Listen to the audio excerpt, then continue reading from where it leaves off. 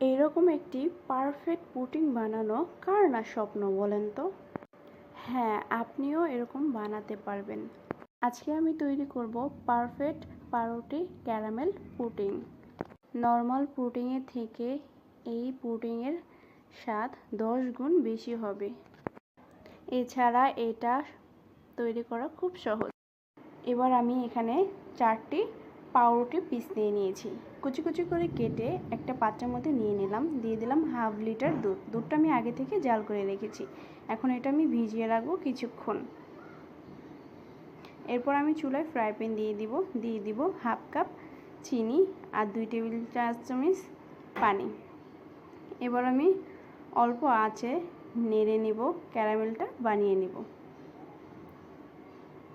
দেখুন ক্যারামেলের কালারটা খুব সুন্দর হয়ে আসছে। এবার আমি ক্যারামেলটা একটা বাটির মধ্যে ঢেলে নিব।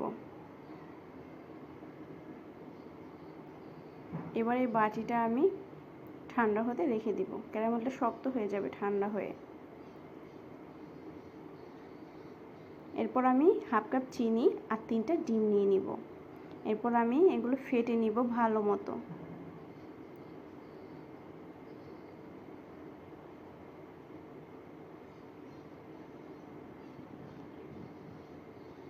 এবার যে পাউরুটিগুলো ভিজিয়ে রেখেছিলাম সেই পাউরুটিগুলো আমি কাঁটা চামচ দিয়ে ভেঙে নিচ্ছি। এরপরে ডিমের মিশ্রণটির মধ্যে দিয়ে ভালো মতো মিক্স করে নিচ্ছি।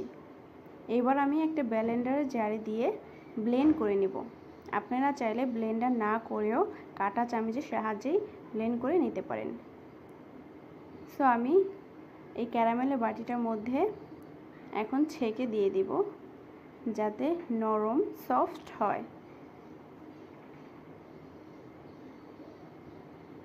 এবার যে আবরণগুলো বের হবে পাউরুটির আর ডিমের সেটা আমি ফালায়া দিব। সো এরপরে ঢাকনা দিয়ে ঢেকে দিব। এবার ফ্রাই প্যানে বসিয়ে দিব একটা স্টিল। এরপরে দিয়ে দিব পানি।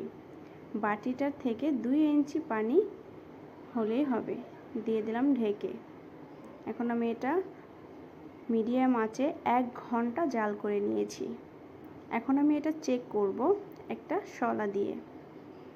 দেখুন কত সুন্দর পুডিংটা হয়ে গেছে। পুডিংয়ের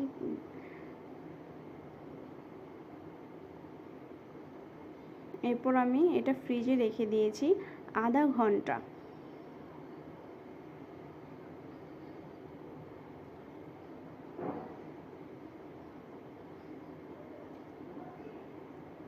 একটা প্লেটে এখন ঢেলে নিচ্ছি।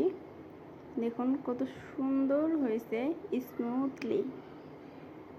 খেতেও খুব টেস্টি হয়েছে। আমার বাসায় যারা খেয়েছে তারা সবাই ভালো রিভিউ দিয়েছে আমাকে। তো আপনারাও চাইলে এরকম করে আপনাদের বাসার মানুষকে পুডিং বানিয়ে খাওয়াতে পারেন। তো আজকের মতো এই পর্যন্তই।